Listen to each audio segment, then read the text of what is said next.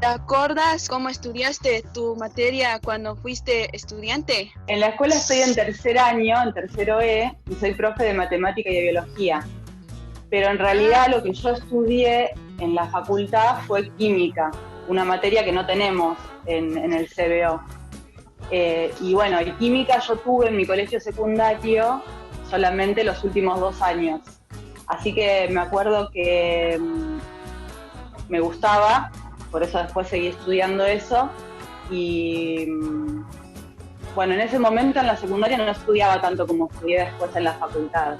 Pero bueno, le dedicaba igual un poco de estudio. ¿Cómo se te ocurre que es la mejor manera de estudiar tu materia? Yo diría que la mejor manera de estudiar, ya sea química, como matemática, como biología, todo ese estilo de materias que se las suele decir más de las ciencias exactas, naturales, en cuanto a cómo estudiar, lo que yo creo es que requiere mucha práctica, de ejercitación, pero también de siempre desafiarnos con situaciones, las que a veces le llamamos situaciones problemáticas y que por ahí tienen enunciados que nos es difícil de entender, pero bueno, creo que eso siempre nos ayuda a que si no, cuando a veces hacemos solo ejercicios, terminamos sin comprender realmente qué es lo que estamos aprendiendo de nuevo. Así que esas son las cosas que recomendaría para este tipo de materia. No solo la parte de ejercicio, sino la parte de tratar de entender qué es lo que estamos haciendo, lo que hay detrás de los resultados que tenemos. Eso lleva más tiempo y por eso siempre estas materias está bueno agarrarlas desde el principio, porque el conocimiento se va construyendo sobre lo anterior. Entonces necesitamos saber lo anterior para poder hacerlo más difícil, más complejo y poder aprender cosas nuevas. ¿Tenés un método de estudio que te funcione y conoces algún método que sepas que sirva pero que a vos no te funcione? Está muy buena tu pregunta, Rebeca, porque en lo personal yo creo que no hay un único método ni hay una forma de estudiar o de aprender a estudiar, sino que eso lo tiene que ir descubriendo cada uno, cada una, e ir probando, porque a veces uno se da cuenta que lo que más le sirve es tomar nota, por ejemplo, ¿sí? Hacer resúmenes de lo que uno lee o de la información que el profe le dio o del material que tiene, y de esa manera poder grabarlo en la cabeza. Otra gente no, otra gente necesita, no sé, escucharlo, algo más que sea más audiovisual, y ve videos en YouTube y lo aprende mejor que si lo escribe. En eso creo que cada uno tiene que ir probando qué es lo que le funciona mejor, y también en mi experiencia depende la materia.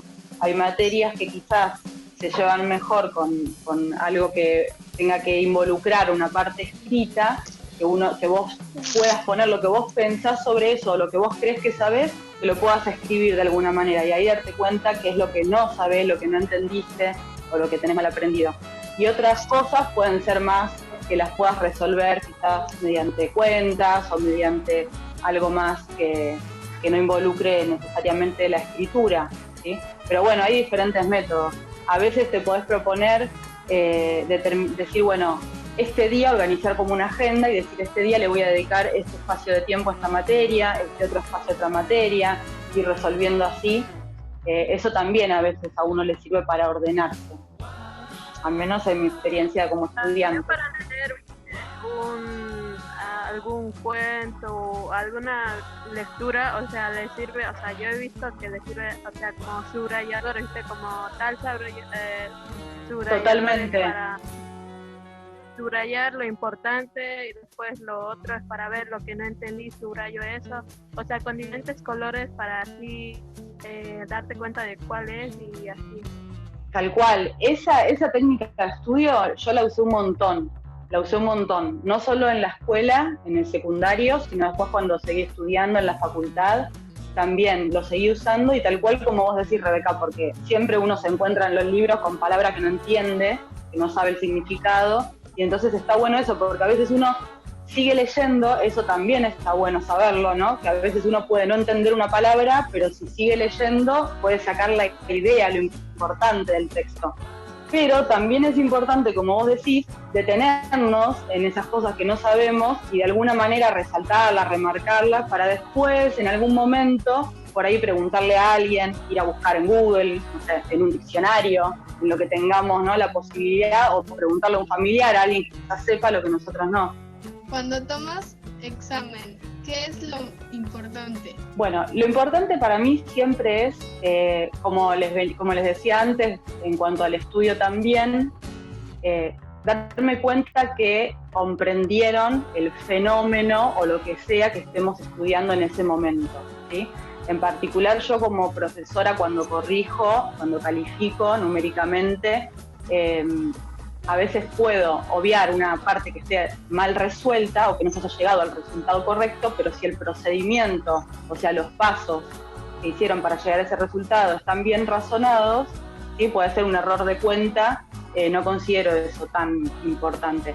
Eso les estoy hablando de mi evaluación en general en lo que eran las clases presenciales, cuando estábamos en clases, en la escuela, ¿sí?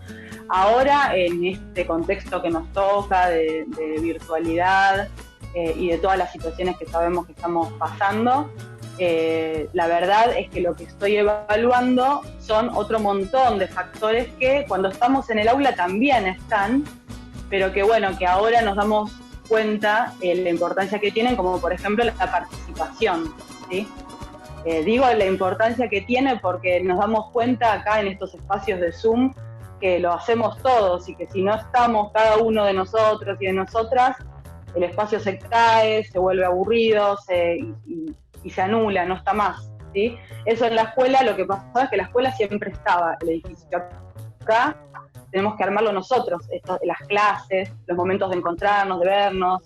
Entonces, bueno, eso para mí cambió y entonces la forma en que yo cuando les mando actividades a los chicos y a las chicas de tercero E, cuando evalúo no solo lo que pudieron resolver o lo que pudieron hacer de la actividad, sino también el compromiso que tuvieron con el grupo en general, a veces en estar presentes en un encuentro, en una clase o en una conversación que tenemos sobre la actividad, más allá de entregarla completa. ¿Alguna vez te copiaste en un examen en la escuela? ¿Qué te copiaste y cómo? Voy a decir que sí, no lo voy a negar, sí. Me he copiado, me salí con la mía, también lo voy a reconocer.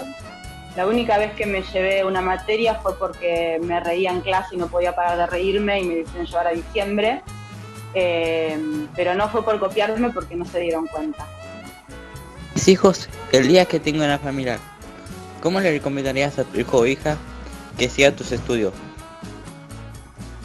Qué linda y qué difícil pregunta, Nicole. Y lo primero que voy a decir es que yo no soy madre, así que no te puedo hablar de mi experiencia y solo puedo decirte suposiciones y lo que más o menos intento hacer con cada uno de ustedes, de mis alumnos, que bueno, para mí son como en algún sentido mi familia, especialmente, yo trabajo en otros lugares, pero especialmente los alumnos y las alumnas del CBO, por todo el tiempo que pasamos juntos en la escuela. Y bueno, yo lo que siempre les digo, incluso cuando ya terminan el CBO y a veces es difícil esa transición, ese paso de tercero del CBO a otra escuela, que es diferente y que muchas veces se hace difícil porque la relación con los profes también es distinta a la que ustedes están acostumbrados en el CBO, pero lo que les digo es que siempre estén abiertos a descubrir nuevos mundos, nuevas posibilidades, a esforzarse en eso.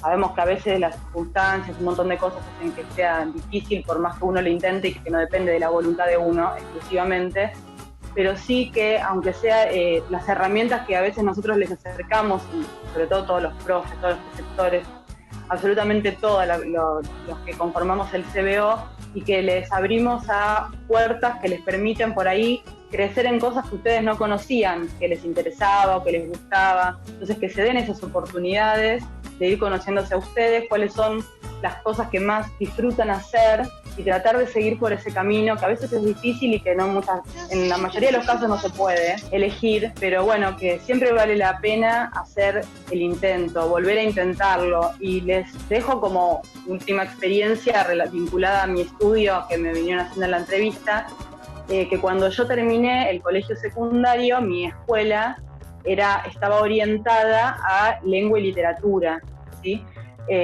Yo me egresé así, yo había ido a una escuela de arte por 3 años, o sea, no me llevaba muy bien, del todo bien con las matemáticas y la física. De hecho, en esa vez que les digo esa mancha que encontraron ahí en mi historial de haberme copiado, fue en física. Y cuando empecé la facultad, durante el primer año de la facultad, lo que les quiero contar es que me saqué varios 2 y 3. ¿Sí?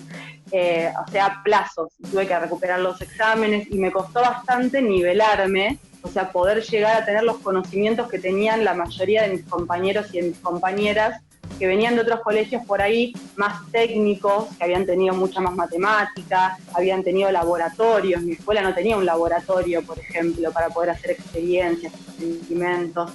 Bueno, entonces cuando yo empecé en la facu me enfrenté con todo eso y bueno, y me costó un montón la verdad, de tiempo de estudio, que también tuve la posibilidad de tenerlo porque los primeros tiempos no tuve que trabajar, ¿sí? Entonces por eso digo que también a veces hay que ajustarnos a las condiciones que tenemos en el momento, tomar las oportunidades que se nos dan y construir a partir de eso. No es fácil, pero bueno, depende, al final siempre depende solo de nosotros mismos. Es mucho más fácil si ese nosotros mismos está acompañado por gente que pueda apoyarlo, ¿no? Pero bueno, en eso siempre vamos a estar nosotros, la escuela.